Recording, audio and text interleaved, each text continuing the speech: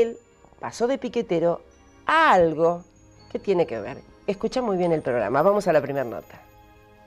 Hola, te voy a decir Toti, que es como más te conocen, pero sos el diputado Héctor Flores. Toti para todo el mundo, ¿está? Sí, sí. Gracias por venir. No, gracias a ustedes. A ver, Toti, ¿se puede pasar de estar en la lona, como se puede decir vulgarmente, sin trabajo, desocupado, y ser lamentablemente injuriados por vagos, decir que sos un vago, y luego, bueno, llegar a tener trabajo y a partir de emprendimientos, esos emprendimientos que ahora nos vas a contar? ¿Se puede? Sí, es evidente que mi vida es un poco la expresión de esto. Yo he sido todo lo que dijiste, la vida me ha llevado a esto. Yo fui a Buenos Aires en el año 71 más o menos. Venía de un pueblito pequeño del norte de Entre Ríos, San José de Feliciano. Ahí vendía diarios y revistas, había terminado la escuela primaria y me fui a probar suerte en Buenos Aires. Y me quedé trabajando, fui oficial metalúrgico y en el año 93 me quedé sin trabajo. Y a partir de ahí hice de todo lo que han hecho los que se quedaban sin trabajo para tratar de volver al aparato productivo en un país que había cambiado evidentemente a lo que era antes, digamos, ¿no? Porque nosotros veníamos de un país de pleno empleo y de pronto nos encontramos que no había más trabajo. La verdad que los trabajadores que siempre habían vivido el trabajo eran los más indefensos porque no sabían qué hacer. Nosotros no sabíamos, no era el que alguna vez había vendido en la calle. Lo único que nosotros sabíamos y era la vida es que vos ibas a las 6 de la mañana, salías a las 3 de la tarde, te desentendía de la empresa. Cuando llegaba los 15 días, cobraba la quincena, pagabas el fiado y te desentendía del problema. Y esa era la vida, ibas ahorrando con las vacaciones, te compraba algunos ladrillos para ir terminando la casa y con el aguinaldo, hay veces, hacía otras cositas. Esa vida, esa rutina de la vida, de pronto se te corta cuando quedas sin trabajo y perdés tu identidad. Ahora, como todas las cosas, una desgracia puede ser transformada también en una oportunidad. Es decir, si vos no dejás que la realidad te doblegue. Y creo que eso es lo que nos ha pasado a nosotros. El ser desocupado, el perder tu identidad, es muy duro si lo tenés que soportar solo. Y creo que el encontrarte en los movimientos piqueteros, en los clubes de trueque, en los centros culturales, que fue la expresión. ¿Todos te los conociste? Sí, sí. Creo que fue muy importante para poder contenernos. Y después creo que el hecho de pararte desde la dignidad también te da como un hándicap a favor para relacionarte con otras personas que también tienen estos valores. Porque nosotros en el año 97, al rechazar los planes asistenciales, mostramos que éramos un movimiento de trabajadores desocupados, piqueteros distintos en ese sentido. No estábamos detrás de los planes asistenciales, no queríamos dejar de trabajar. Lo que nosotros queríamos demostrar es que teníamos la capacidad de trabajo intacta. Dignificar el trabajo. Claro. Así es, y sostener la cultura del trabajo, que era la esencia de la posibilidad de ascenso social. Yo todavía me acuerdo las frases que nos decían nuestros padres, en el caso de mi madre, diciendo, bueno, estudiá o trabajá, porque eso te va a generar la posibilidad de ser alguien en la vida, alguien importante en la vida. Y eso vos lo tenías muy metido. Cuando dejaba de estudiar, tenías que trabajar. Si estudiaba, podía ser un profesional, a lo mejor, ¿no? Era la Argentina de mi hijo, el doctor. Pero si no tenías ganas de esto, trabajar podía ser un tallerista o una persona que tuviera solamente la idea de construir una familia, una casa, llegar a fin de mes y jubilarte. ¿Tus padres qué hacían? En el caso de mi padre era campesino, hacía de todas las tareas que hacía en el Chaco, pero en el campo, pero falleció siendo yo muy chiquito. Y me quedé con mi madre que tuvo que solventar la casa. Yo era el último de 7 hermanos, lavando ropa para el pueblo, digamos, ¿no? Y haciendo pan en el horno y todas las cosas que hace una madre que se queda sola con varios chicos. Para esto ya tenía mis hermanos que ayudaban porque habían venido a Buenos Aires y bueno, así la fuimos pasando. Yo creo que esto fue una decisión. Yo terminé la escuela primaria y después no quise seguir la secundaria, tenía trabajo, trabajaba de canicita.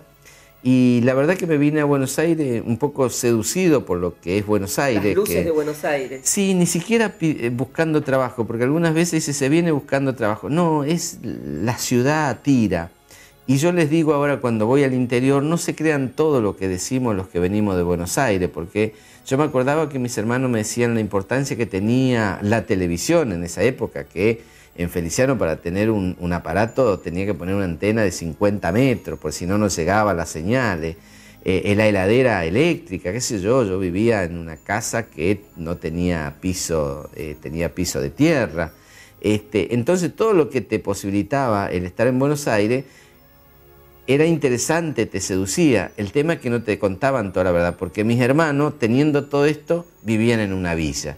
Entonces yo vine a parar a una villa, viví como 1 año y medio en San Martín y después, ya trabajando en la fábrica, pude comprarme el terrenito, ¿no? Juntar la guita para la cuota del terreno y empezar a construir mi casa. Que como había conseguido trabajo en La Matanza, empecé a vivir en La Matanza, porque esto también era parte de un país que hoy es impensado, ¿no? ¿Y quién te dio trabajo? ¿Golpeaste una puerta o alguien...?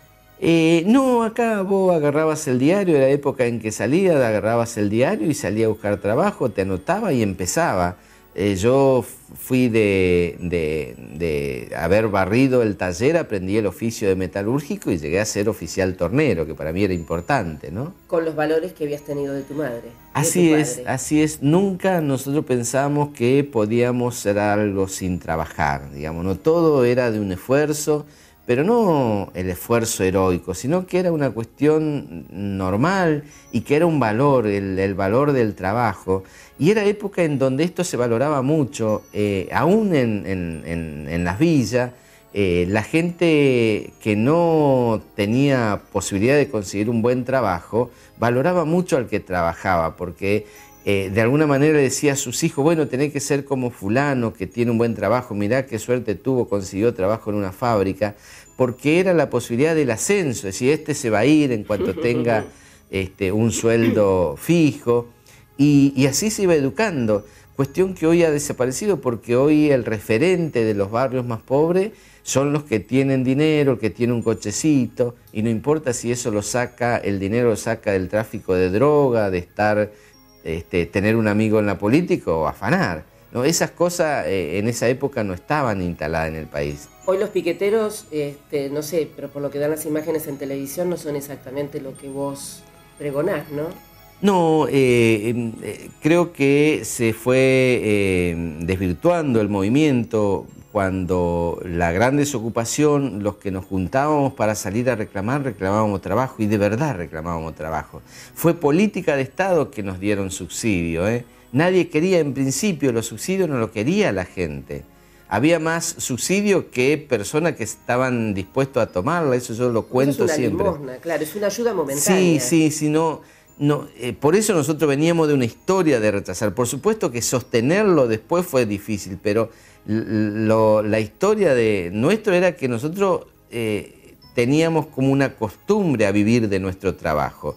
La política de Estado que hubo a partir de los 90 es que generó que una masa importante de personas empezaran a tener una nueva cultura, que la cultura es sobrevivir, sin proyecto de futuro.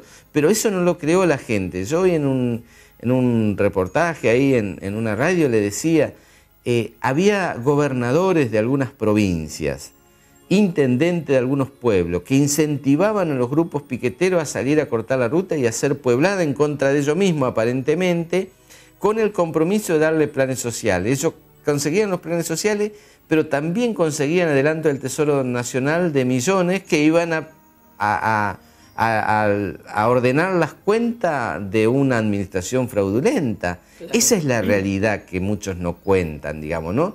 Porque se cargan todas las responsabilidades sobre la gente que no tuvo otro remedio que salir a cortar una ruta, que no se lo propuso, porque nosotros sabíamos que estábamos transgrediendo la ley, digamos. Ahora, el tema era, había personas que podían perder un par de horas en la ruta y otras que podían perder la vida o podían perder las únicas posibilidades que tenía de conseguir trabajo. Y en esta disyuntiva nos movíamos. Es muy difícil tomar decisión cuando vos no tenés opción, digamos, ¿no? Hacemos una breve pausa y después seguimos a ver cómo fue tu camino con la cooperativa La Juanita y cómo llegás a diputado. Bien.